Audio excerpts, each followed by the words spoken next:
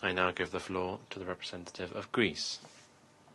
President, I would like to thank Panama and the United States for convening this meeting at such a critical juncture.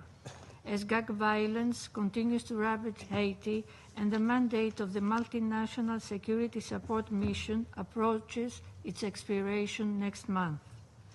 The presence of the Secretary General underscores the gravity of the situation and the urgency for decisive Council action.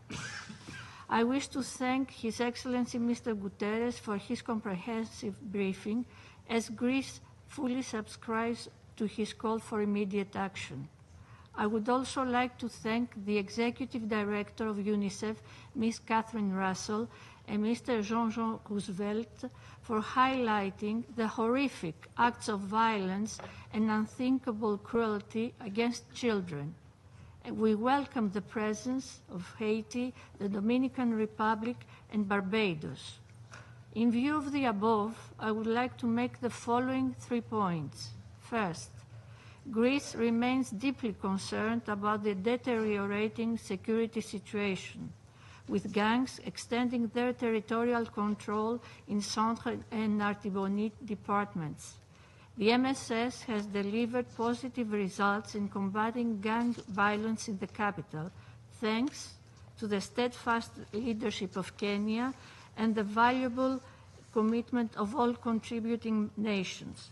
However, the MSS continues to face critical logistical and financial shortfalls. As we have consistently underlined, providing further UN logistical and operational support in line with the Secretary General's recommendation is an essential step towards stabilizing Haiti. In this regard, we welcome the announcement just made by the pen holders that they will put forward a resolution on the way forward, and we take positive note of the letter sent by the Haitian authorities yesterday announcing the intention by certain member states to establish a standing group of partners. At the same time, efforts to curb criminal activity, including illicit arms and drug trafficking, must be strengthened through the strict enforcement of the arms embargo and the sanctions regime.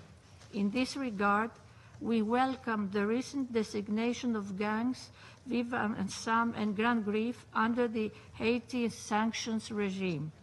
Second, as we have heard today by the Executive Director of UNICEF, also highlighted in the Secretary General's latest report on children and armed conflict, violence against children in Haiti has reached unprecedented levels.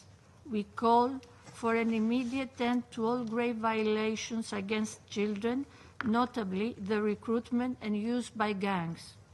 Safeguarding their access to safety, health care, essential services, and education must remain a top priority. We commend UNICEF's life-saving efforts, and we welcome the launch of the Prevention and Rehabilitation Program against children and youth recruitment, a valuable partnership between UNICEF, the Haitian government, and the European Union. Third, women are also bearing the brunt of this crisis.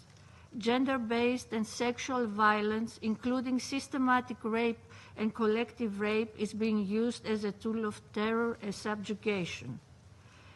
According to the Secretary General's most recent report on conflict-related sexual violence, released just last week, Haiti ranks among the 5 most affected contexts globally in 2024, with many incidents occurring in informal displacement sites. This is particularly alarming, given that 1.3 million Haitians are internally displaced and half the population faces acute food insecurity, conditions that heighten women's vulnerability to sexual violence and harmful coping mechanisms. Mr. President, Greece strongly supports efforts to restore security and improve dire humanitarian conditions in Haiti. paving the way for a peaceful and sustainable political transition. We stand ready to work closely with all Council members in this direction. I thank you. A la delegación. I thank the representative of Greece for the